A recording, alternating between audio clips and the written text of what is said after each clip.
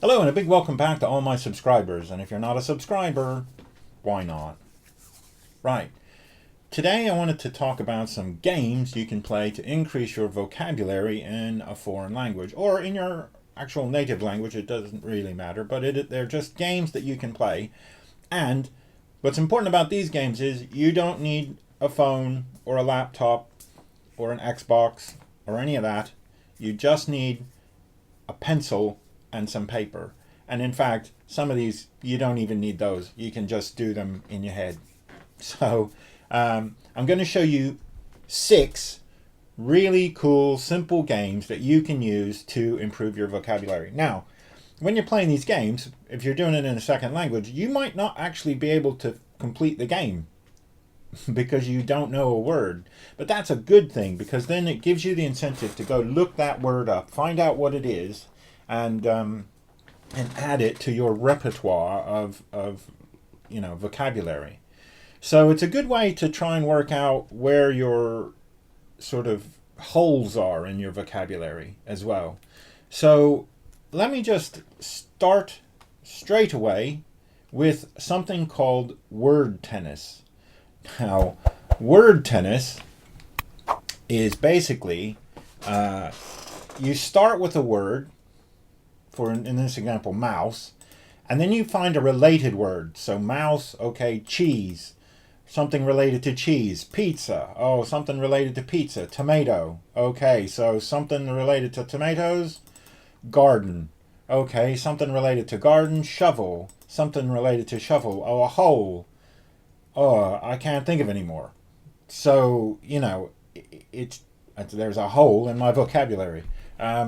But you can see how this would help you sort of branch dynamically without actually needing anything. You just start with one simple word and off you go. Now, when you were a kid, you probably played I Spy. And I Spy is really simple. You just write down all of the words for the things that you can see around you right now. And when you were a kid, you used to play I Spy with my little eye, something beginning with Y. But you don't need to do that in this vocabulary game, although it's called I Spy. All you really need to do is just try and list all of the stuff that you can see and list that in your target language. So, if you're learning French, the French word for tree, for house, for table, for window, for pen, paper, scissors, battery, whatever it is you see around you. And you can play this game anytime you want.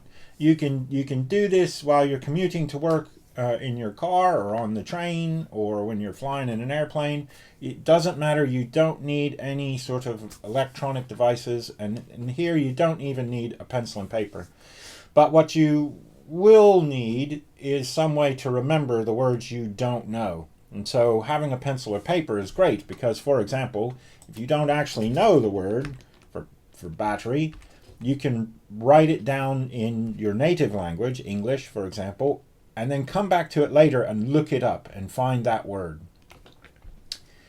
Now, the next game is a thing called chain letters.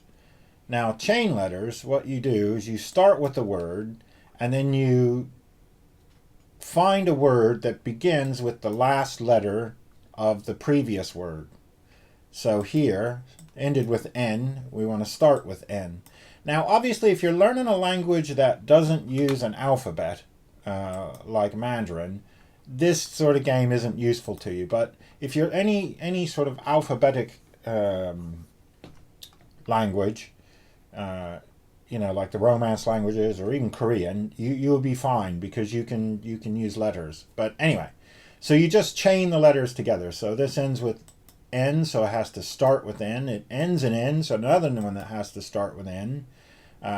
This ends in E, so you have to something that starts with an E. So anyway, you get the idea. So you basically chain the letters together.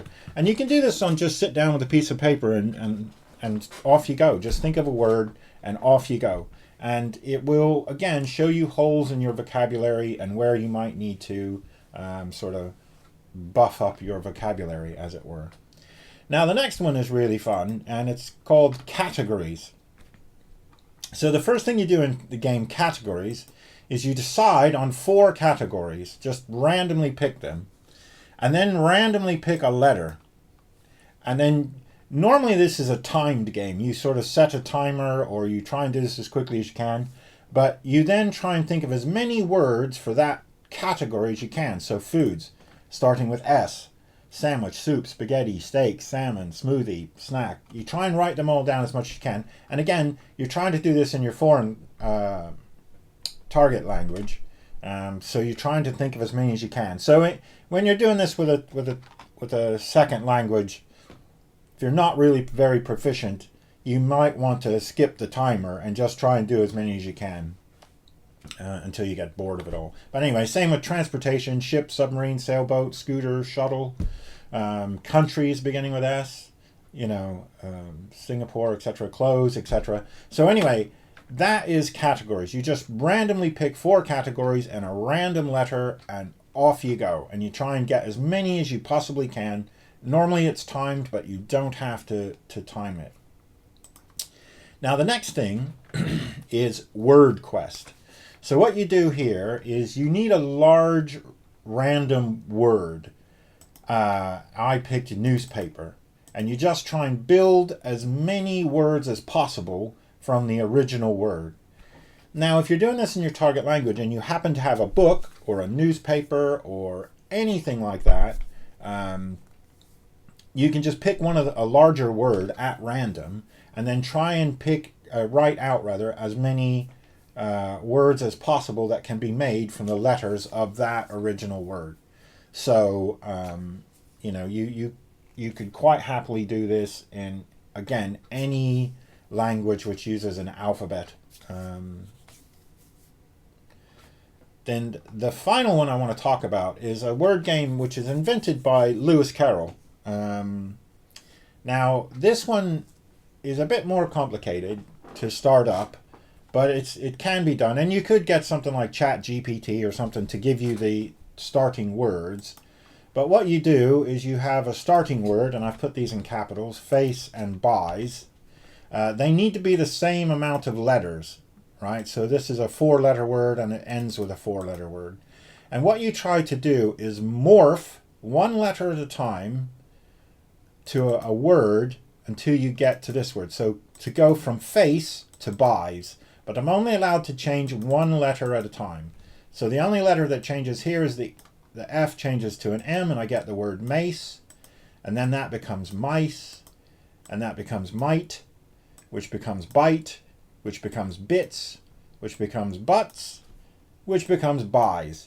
And you can do this, again, with any sort of language which has a alphabet.